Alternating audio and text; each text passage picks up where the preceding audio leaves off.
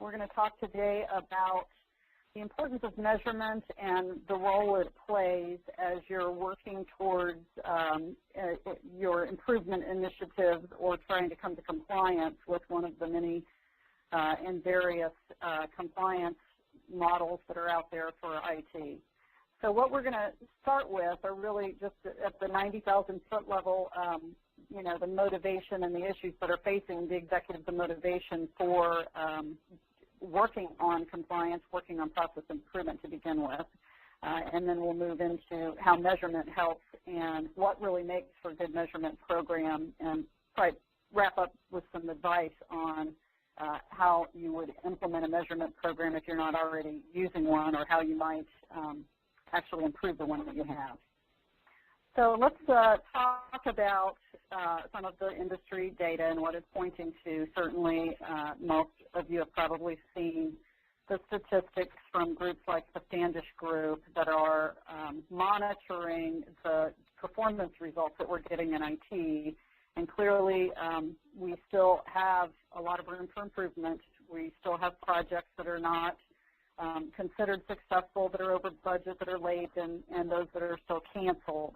And I think one of the reasons why we have these performance results is due to the level that we're operating at. We seem to go through, you know, ups and downs in the industry, and I think we're facing, in a sense, a new generation of folks that are in the industry and a new generation of need for improvement, possibly for different reasons. But one of the core reasons seems to be that the cost of rework is really too high in most organizations. So a couple studies represented here are talking about the fact that many organizations are spending as much as 40% of their overall budget on rework.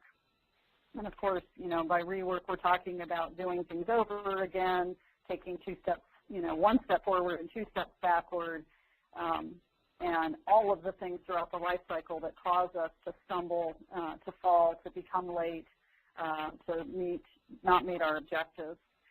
So the other studies are really pointing to the fact and have demonstrated through some empirical evidence that things like increasing your process maturity, your capability, can increase your capacity by 15 to 20%.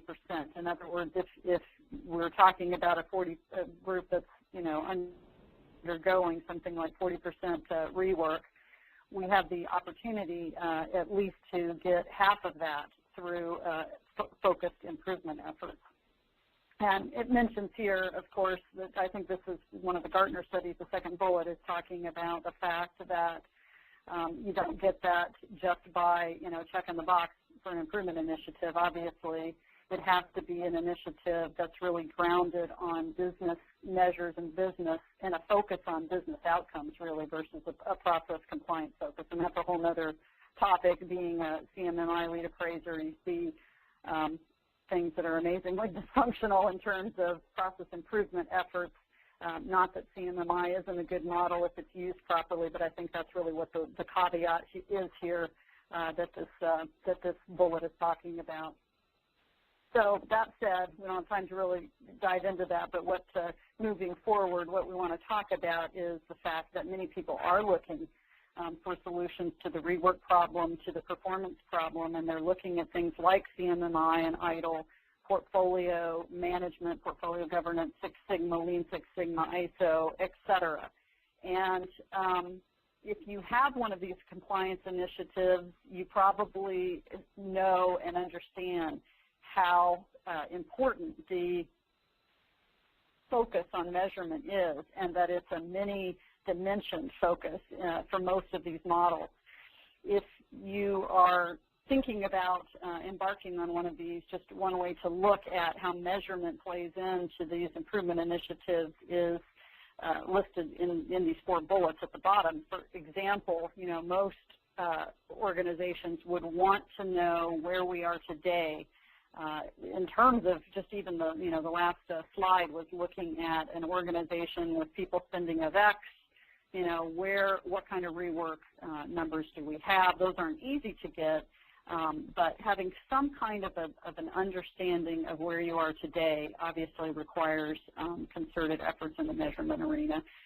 Other, many of the initiatives that we're talking about also have you obviously, you want to run these things like projects, like the programs that they are, and in order to do that, you have to have a way to monitor progress towards the goal. So, if you're trying to achieve some level of compliance, you want to know what's your progress towards doing that.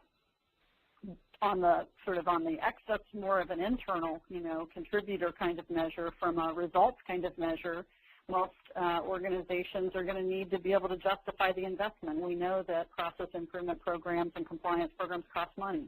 The question is it really helping? And so from a results measurement perspective, you need measures there, and you need to have designed those measures almost from the beginning in order to be able to get those kind of numbers that you're looking for to demonstrate that you are, in fact, getting an ROI on your improvement investment. And then finally, most of the compliance initiatives and the models that we're using have measurement requirements really embedded right into their frameworks.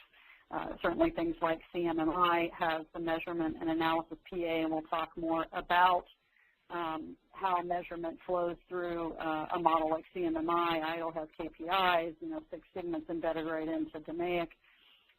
So there's clearly a need for measurement for most of these initiatives, even without the top three bullets being an important requirement that you might have in your initiative. So let's talk about how measurement helps.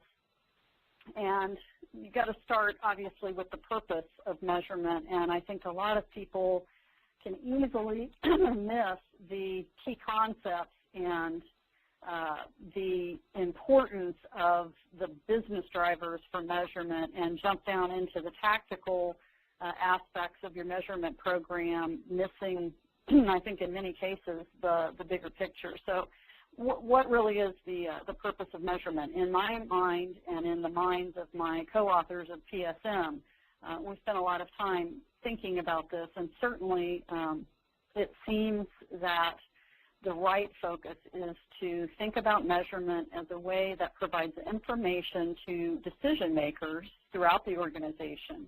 And that information needs to be provided, at the right time, in time to really affect their business decisions or, in the case of projects or programs, the outcomes that they're trying to achieve. So it can be a powerful tool, but I think we have to recognize that we really have to have this focus on business or mission goals as the beginning, because there are, as we saw in the last slide, there are really a lot of opportunities to use measurement, and the question is, where is the organization's infrastructure for measurement? What can be done today versus a year from now? And what really are the business drivers for measurement? So the next slide talks about the types of information needs, the decision-making milestones and checkpoints, if you will, throughout the organization. I'm going to start kind of from the bottom and work up, because I think, when you think about how data flows, it really flows from the products and the services that an organization like an IT organization, the applications and the services that are being provided up to the higher levels in the organization. While the goals flow down, the data actually flows up. So if we look down, and this model might look a little bit different if you're sitting on the production support side versus the development side of the house, but the principle is really still the same, and that there are information needs that are really different at different levels of the organization. At the product or the service level, we need to